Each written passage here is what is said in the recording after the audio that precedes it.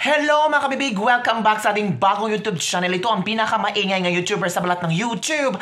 Ako si Kabibig, maglebak-lebak na down with evidence na ko sa ngayong araw na to ay ginagawa ang prayer rally sa Liwasang Bonifacio, Manila. Ito yung nagsama-sama ang mga supporters ni Pastor Apollo Kibuloy na kung saan ay isinisigaw nila ang hustisya para kay Pastor Apollo Kibuloy. Nandun din si Harry Roque, nagsalita na siya. Nagsabi niya, hindi kami bayad at ang dami pong tao ang nag-attend. Kung sinisigaw nila, resign, Risa Hontiveros. Nako mga kabibig, iba na ang galawan. Para yatang nararamdaman ko lalago pa ito. Nadami pang mga prayer rally na gaganapin sa gobyerno ni Pangulong Bongbong Marcos.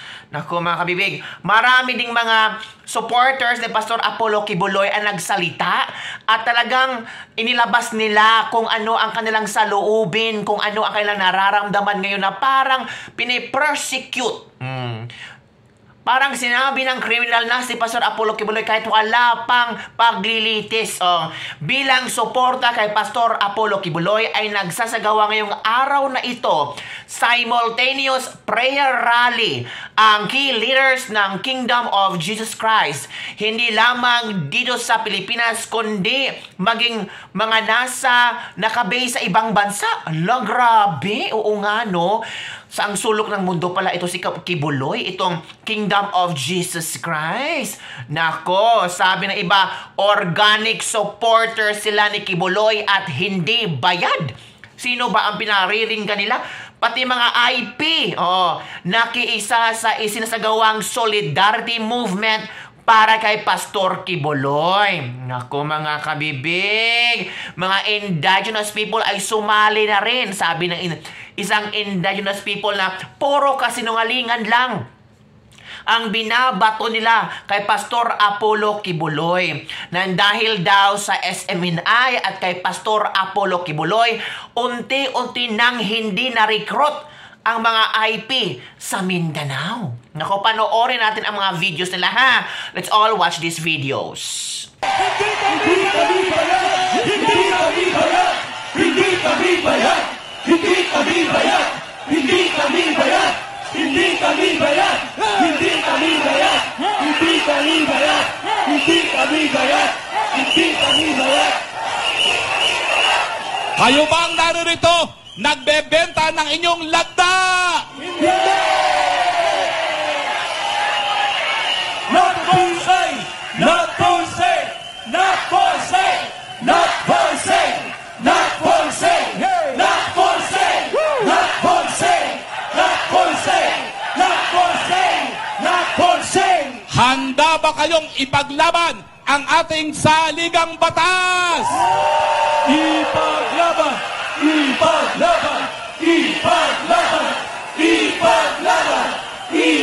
Hindi ko lubos maisip na muli akong aakyat sa entablado at magsasalita ng mga pagkakamali sa gobyernong pilit kong niyakap, pinalikan at tinulungan sa pagtitiwalang magiging matino ang gobyernong ito.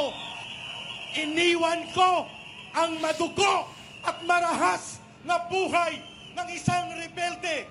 Pinalikan ko ang totoong demokrasya na siyang dapat kayakap ng mamamayan sa pagtindig sa katotohanan na hindi po dugo, armas, pagpatay ang dapat na pamamaraan upang marinig ang boses ng mamamayan, upang abutin at kamtin ang matino at may prinsipyo at hindi nanunupil na uri ng pamahalaan. Hindi kami bayad!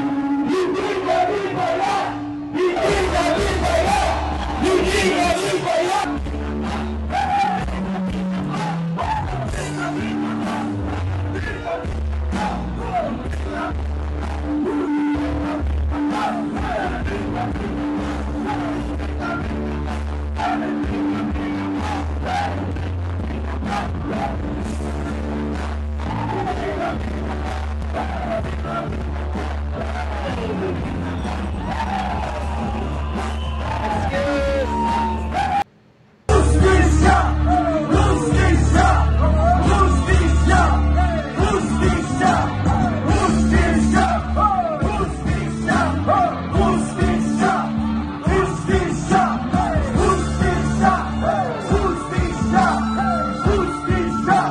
Nako mga kabibig, iba ang pakiramdam ko sa mga nangyayari ngayon, itong mga prayer rally na ito. Bakit? Palaging yata nila iniugnay ito kay Pangulong Bongbong Marcos. Ramdam ko, kasi sabi nila hindi sila bayad, hustisya para kay Pastor Apollo Kibuloy, knowing itong mga supporters ni Apollo Kibuloy ay nakita na nila kung paano sumagot si Pangulong Bongbong Marcos tungkol kay Pastor Apollo Kibuloy. Itong mga supporters ni Pastor Apollo Kibuloy ay naghihintay lang na kung sana ay makakuha sila ng simpatya kay Pangulong Bongbong Marcos. Pero iba ang binigay ni Pangulong Bongbong Marcos para kay Pastor Apollo Kibuloy. Kaya yung iba nanggigiliiti sa galit. Ang sabi ng iba, walang utang na loob. Kaya nako, take note, walang nagsasabi. Sikreto itong prayer rally na ito. Na-shock na lang ang mga tao na ay may prayer rally. Hindi ito announce. Take note. At ganito sila maglaro. Ganito sila magplano. Unannounced. Pero ang dami nila. Mga kabibig. So parang, nakikita ko kung hindi ito ma-stop, kung hindi ito mabigyan ng solusyon, naku kabibig, ang solusyon dyan ay kailangan talagang humarap si Pastor Apollo Kibuloy sa Senate hearing. Alam nyo naman ang supporters ni Pastor Apollo Kibuloy, ayaw nila ding paharapin si Pastor Apollo Kibuloy sa Senate hearing. Kasi ramdam nila na hahamakin lang ang kailang pastor, diba? Well, ang DOJ ay magsasampa ng kaso or baka may magsampa ng kaso laban kay Pastor Apollo Kibuloy. So maybe that time ay pwede nang ang tawag dito, magsalita si Pastor Apollo Kibuloy. Pero sabi ng iba, baka strategy yan kabibig para lumabas sa lungga si Pastor Apollo Kibuloy. At after that, aaristuhin agad-agad. Nako, kung ganon, liliyab talaga sa galit ang mga supporters sa Pastor Apollo Kibuloy. Diba? So sana hindi yan mangyayari. At sana mabigyan ng due process itong mga alleged na mga kaso ni Pastor Apollo Kibuloy. Oy, alleged pa yan So wag kayo magsabi-sabi na si Pastor Apollo Kibuloy ay criminal at rapist. Hindi pa yan kasi wala pa nga na kaso. Wala pa nga verdict. Wala pa nga resulta sa kaso. Di ba mga kabibig? Kasi kabibig sa FBI. Dapat sana na-arresto na si Pastor Apollo Kibuloy. 2018 pa daw yung arresto warrant ni Pastor Apollo Kibuloy sa FBI pero wala pa rin. Kasi kailangan kabibig na makipag-coordinate ang FBI sa ating government. Ngayon kabibig para yatang nakipag-coordinate na kasi magsasampa na ang DOJ. Si Secretary Remulla kay Pastor Apollo Kibuloy. So pwede yan kabibig na any moment ay pwede silang ang FBI makipag-coordinate kay Secretary Remulla. Agad-agad ma-arresto si Pastor Apollo Kibuloy.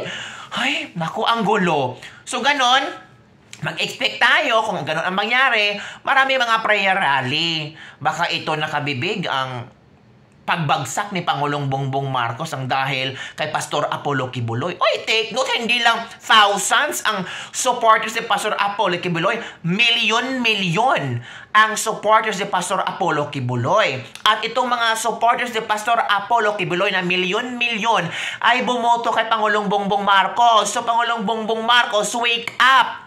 Diba? Utang mo sa kanila. So, maghintay tayo sa mga latest updates mga kabibig So, kung ano na mangyayari at kung ano ang update kung bukas na.